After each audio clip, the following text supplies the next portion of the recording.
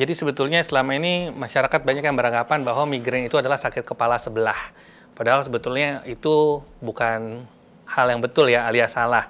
Karena prinsipnya migrain itu kata kuncinya adalah sakit kepala yang berdenyut hebat, yang bisa dipengaruhi perburukannya dengan cahaya, dengan suara, kemudian juga dicetuskan oleh beberapa makanan. Contohnya seperti vetsin, coklat, atau keju. Dan migrain ini sering terjadi pada perempuan, lebih sering daripada laki-laki.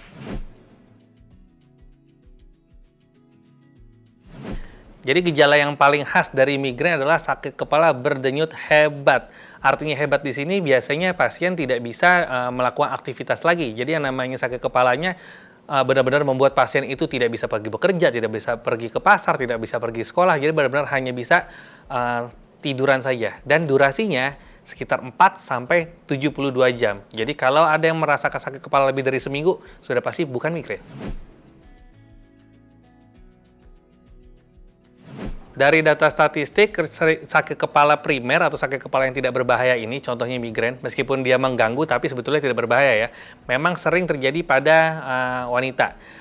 Yang membuat ini terjadi karena kenapa? Karena ada faktor familial atau keturunan, ya, itu secara genetik. Yang kedua, ini juga dipengaruhi oleh hormonal, dan hormonal ini wanita itu lebih cenderung tidak stabil dibandingkan laki-laki. Itulah sebabnya kenapa migrain lebih sering terjadi pada perempuan. Penyebab dari migrain itu sebenarnya kalau dari teori ya itu sangat banyak ya, ada namanya cortical spreading depression segala macam, itu sangat teori banget deh. Tapi yang pasti adanya gangguan pembuluh darah di otak yang bersifat reversible ya kan.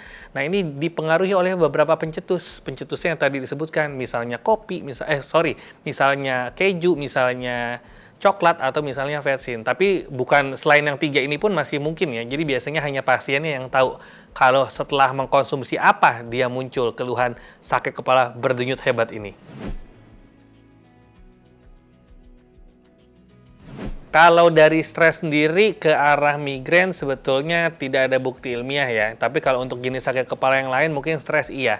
Tapi kalau apakah stres bisa menyebabkan migrain sebetulnya tidak. Karena migrain itu juga harus ada modalnya gitu loh. Artinya ada genetikanya gitu. Tidak semua orang pasti mengalami migrain gitu ya.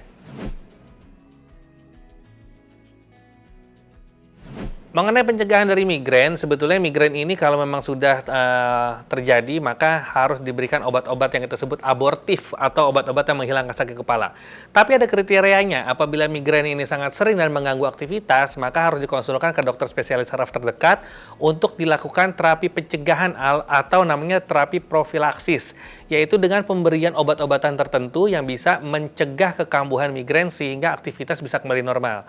Tapi jangan lupa, selain untuk obat-obatan, juga makanan tadi, hindari konsumsi makanan-makanan yang kira-kira bisa mencetuskan, dan itu hanya pasiennya yang tahu.